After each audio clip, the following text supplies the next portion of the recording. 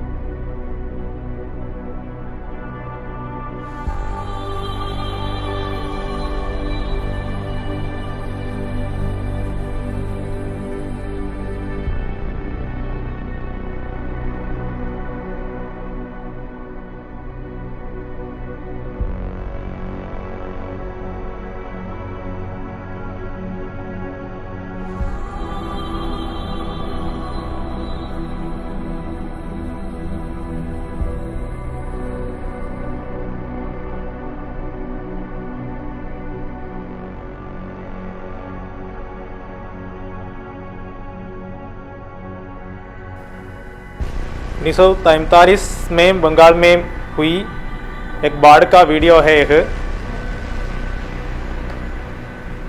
भयानक अकाल था जिसमें लगभग 30 लाख लोगों को मृत्यु हुई। द्वितीय विश्व युद्ध का दौरान था।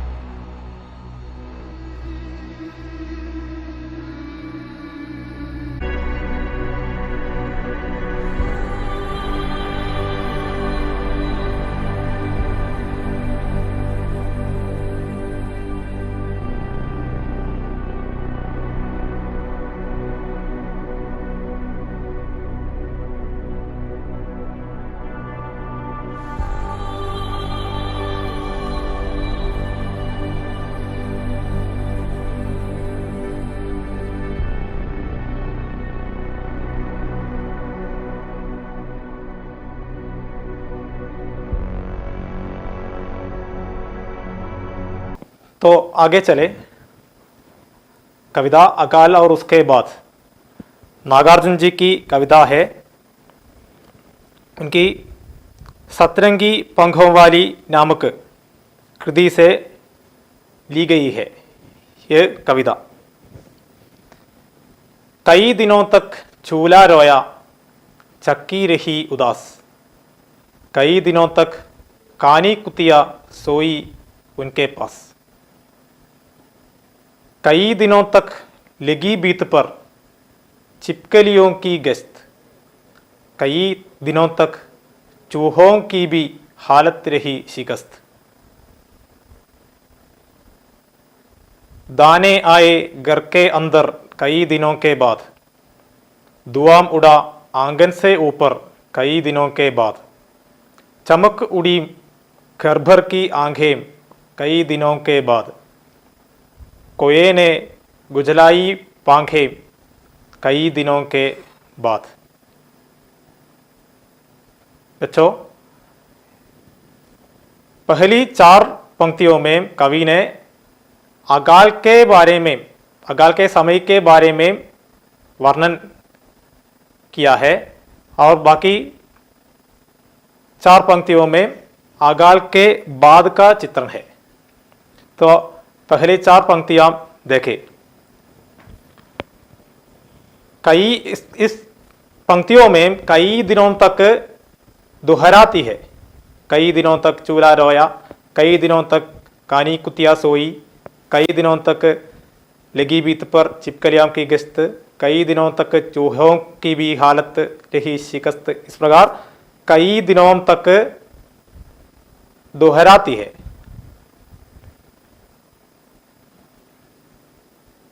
क्या है? कई दिनों तक കുറേ ദിവസങ്ങളായിട്ട് ഈ അകാൽ ക്ഷാമം ഉണ്ടാകുമ്പോൾ चूल्हा रोया, चूल्हा ने रोया। चूल्हा माने क्या है? चूल्हा, चूल्हा माने क्या है?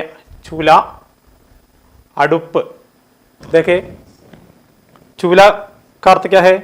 अडुप। और चक्की तिरिगल। उदास दुखितनाയ കാനി, കാനി കുത്തിയ ഒറ്റക്കണ്ണുള്ള പട്ടി, കാനി കുത്തിയ, കാനി ഒറ്റക്കണ്ണി। बीत भित्ति दीवार, छिपकली पल्ली, गश्त माने क्या है? गश्त रोंद चुटल, हालत अवस्था, शिकस्त तगर्चा। तो कविता देखे। कई दिनों तक चूल्हा रोया, കുറേ ദിവസങ്ങളായി അടുപ്പ് रोया കരയുകയാണ്। चक्की रही उदास, चक्की माने क्या है? तिरिगल्ले, आटगल्ले, चक्की। आटा पीसते हैं चक्की से हम, आटा पीसते हैं अല്ലേ? നമ്മൾ അരി അല്ലേ അരയ്ക്കാൻ വേണ്ടി ഉപയോഗിക്കുന്നതാണ് ചക്കി, आटा पीसते हैं। वह चक्की भी उदास, उदास माने क्या है? उदास दुखितन। कई दिनों तक कानी कुतिया सोई उनके पास। कई दिनों तक कानी कुतिया सोई उनके पास। किसके पास कानी कुतिया ने सोई?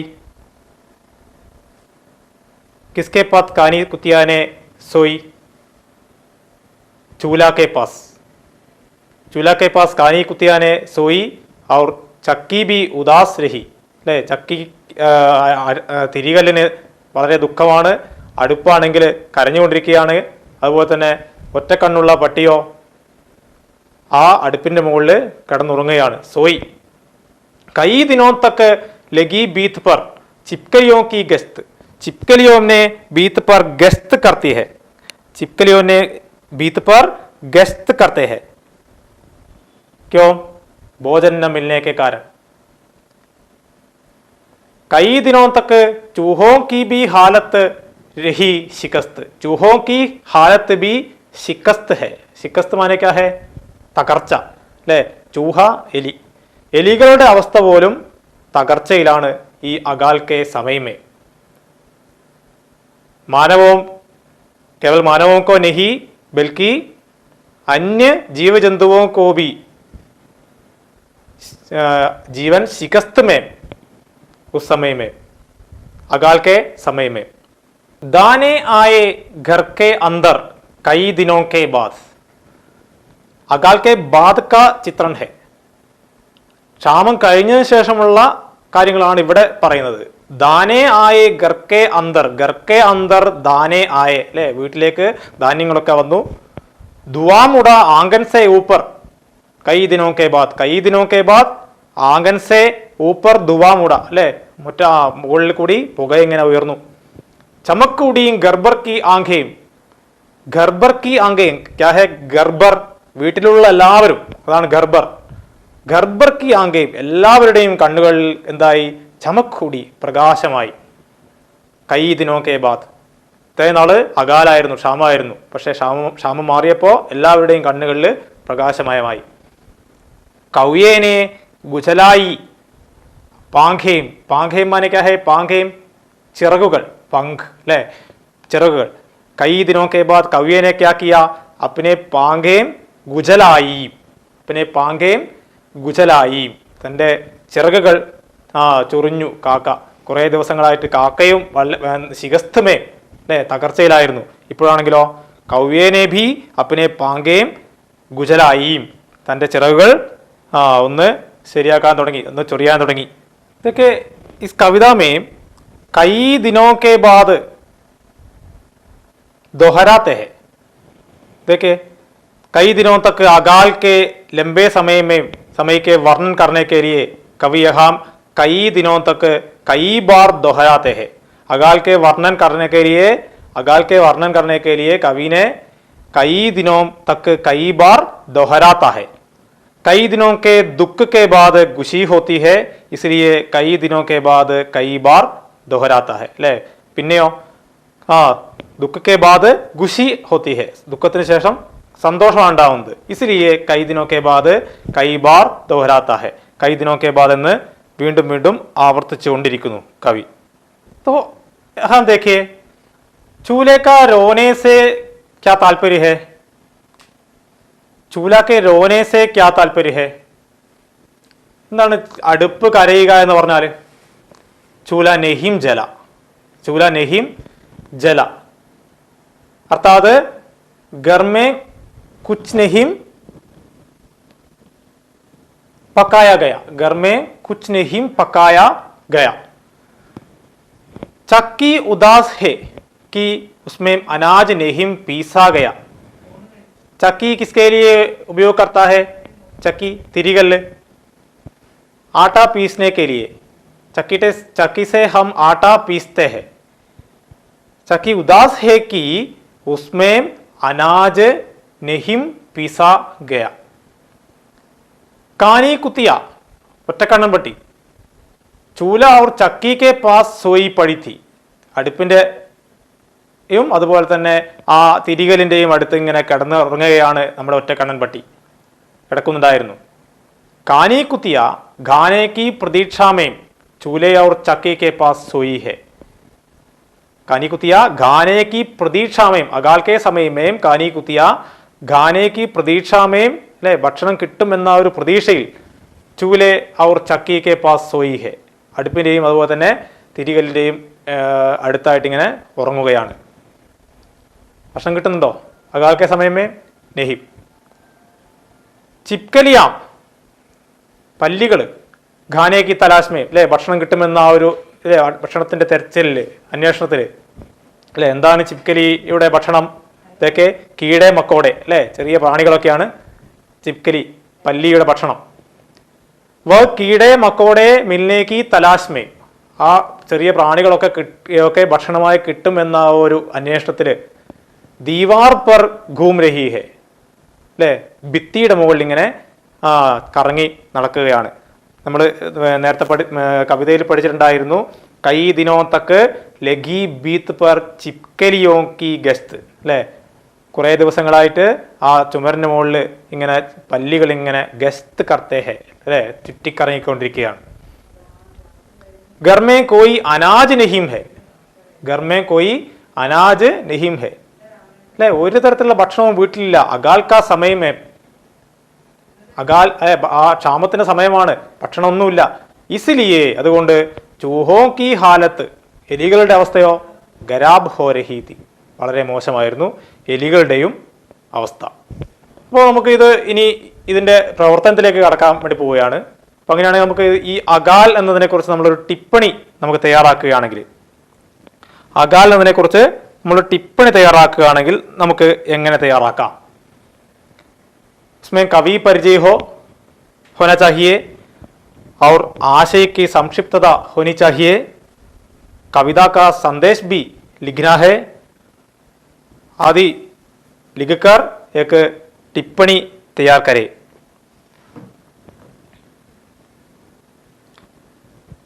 टिप्पणी में कविता का आशय और कवि और कविता का परिचय और विशेषताओं आदि भी होनी चाहिए. ഇത്രയും കാര്യങ്ങൾ നമ്മുടെ ഈ ടിപ്പണിയിൽ ഉണ്ടായിരിക്കേണ്ടതാണ്. तो टिप्पणी देके എന്താണ് ഇവിടെ നമ്മൾ ശ്രദ്ധിക്കുക? अकाल और उसके बाद हिंदी के प्रसिद्ध कवि नागार्जुन की एक छोटी कविता है अकाल और उसके बाद. നമ്മൾ കവിയെക്കുറിച്ച് പ്രതിപാദിക്കുകയാണ്. ഫസ്റ്റ് ആദ്യത്തെ ഭാഗത്ത് ഹിന്ദിക്ക് പ്രസിദ്ധ കവി നാഗാർജുൻ की ഇന്ത്യയുടെ പ്രശസ്തനായ കവി നാഗാർജുന്റെ एक छोटी कविता है अकाल और उसके बाद. इसमें अकाल की परेशानी और उसके बाद അല്ലേ, അകാലിന്റെ സമയത്തുള്ള ബുദ്ധിമുട്ടുകളെക്കുറിച്ചും അതിനുശേഷമുള്ള ആനേവാലി ഖുഷി വരുന്ന സന്തോഷത്തെക്കുറിച്ചും എന്ത് ചെയ്യുന്നു? വർണ്ണൻ ഹെ, ഇതിൽ വർണ്ണിക്കുന്നു. അകാൽ കെ സമയ് കൈ ദിനോം തക്ക് ചൂലാരോയ, കുറേ ദിവസങ്ങളായിട്ട് അടുപ്പ് കരയുകയാണ്. എന്താ കാരണം? ക്യോങ്കി ഗർമേൻ ദാന നെഹിം, അല്ലേ, വീട്ടിൽ ഭക്ഷണമൊന്നും ഇല്ല. ചക്കി ബി ഉദാസ് രഹീത്തി, തിരികല്ലും ദുഃഖത്തിലായിരുന്നു. എന്താ കാരണം? അത് അടുത്ത വരിയിൽ കൊടുത്തിട്ടുണ്ട്. ഇസ്മേം പീസിനേക്കോ അനാജ് നെഹിംത, അല്ലേ, അതിൽ അരയ്ക്കുവാൻ വേണ്ടി എന്തില്ല? അനാജ് നെഹിം, ധാന്യങ്ങളൊന്നും തന്നെ ഇല്ലായിരുന്നു. ഇൻകെ പാസ് ബൈറ്റി കാനി കുത്തിയ സോഗയീത്തി, അല്ലേ, അതിൻ്റെ അടുത്ത് കാനി കുത്തിയ ഒറ്റക്കണ്ണം പറ്റി ഇങ്ങനെ ഉറങ്ങുന്നുണ്ടായിരുന്നു. ചിപ്കലിയാം ദീവാർ പർ ടഹൽത്തി രഹി ഉൻകോ ഖാനെ കെ ലിയെ കീടേ ബി നെഹിം മിലി, അല്ലേ, നമ്മൾ നേരത്തെ പറഞ്ഞിട്ടുണ്ട്. ചിപ്കലിയാം, അല്ലേ, എന്താണ് ചിപ്കലിയാം കാ ഖാന? കീട മക്കോട, അല്ലേ, ചെറിയ പ്രാണികളൊക്കെയാണ്. അപ്പോൾ ഉൻകോ ഖാനെ കെ ലിയെ കീടേ ബി നെഹിം മിലി, അതിന് ഭക്ഷണത്തിന് വേണ്ടിയുള്ള കീടങ്ങളൊന്നും തന്നെ എന്ത് ചെയ്യില്ല? പ്രാണികളെ ഒന്നും നെഹിം മിലി കിട്ടിയില്ല. ചൂഹേ ബി ശിഖസ്ത് ഹാലത്ത് മേംതെ, എലികളും അതുപോലെ തന്നെ എന്തായിരുന്നു? അവരുടെ അവസ്ഥയും വളരെ തകർച്ചയിലായിരുന്നു, ഒന്നും തന്നെ കിട്ടിയിട്ടുണ്ടായിരുന്നില്ല. അപ്പം ഇവിടെ ഒരു ക്ഷാമം എന്നുള്ളത് മനുഷ്യരെ മാത്രം ബാധിക്കുന്ന കാര്യമല്ല, മറിച്ച് പ്രകൃതിയിലെ എല്ലാ തരത്തിലുള്ള ജീവജാലങ്ങളെയും ഒരുമിച്ച് ബാധിക്കുന്നതാണ് അകാൽ എന്നത് കവി നമ്മളെ ഓർമ്മപ്പെടുത്തുകയാണ്. ബാക്കി ഇതൊക്കെ ഇപ്പൊ അകാൽ ആ ക്ഷാമമുള്ള സമയത്തിന്റെ കാര്യങ്ങൾ നമ്മൾ പഠിച്ചു കഴിഞ്ഞു. അകാൽ കെ ബാദ്, ക്ഷാമത്തിന് ശേഷമുള്ള കാര്യങ്ങളാണ് ഇവിടെ കൊടുത്തിരിക്കുന്നത്. ശ്രദ്ധിക്കൂ. അകാൽ കെ കൈ ദിൻ ബാദ് ഗർമേം ദാനെ ആയെ, കുറേ ദിവസങ്ങൾക്ക് ശേഷം വീട്ടിൽ ധാന്യങ്ങളൊക്കെ എത്തി. ഗാന പക്കാനെ ലഗെ, ഭക്ഷണം പാകം ചെയ്യാൻ വേണ്ടി തുടങ്ങി. നമ്മൾ കഴിഞ്ഞ പാഠത്തിൽ ടീച്ചർ പറഞ്ഞിട്ടുണ്ടായിരുന്നു ലഗ് എന്ന് പറയുന്ന സഹായക ക്രിയയെക്കുറിച്ച്. ഖാന പക്കാനെ ലഗെ, ഭക്ഷണം പാകം ചെയ്യാൻ തുടങ്ങി. ഘർ കെ ബാഹർ ധുവാം ഉട, വീടിന്റെ പുറത്താണെങ്കിലോ പുക ഉയർന്നു. സബ് ഖുഷ് ഹോ ഗയെ, എല്ലാവരും സന്തോഷമായി. എല്ലാവർക്കും കവിയനെ ബി ഖാന ഖാക്കർ, കാക്കയും ഭക്ഷണമൊക്കെ കഴിച്ച് ഖുഷീസെ പങ്കേം ഗുജലായി, സന്തോഷത്തോടു കൂടി ചിറകുകൾ ഗുജലായി ചൊറിഞ്ഞു.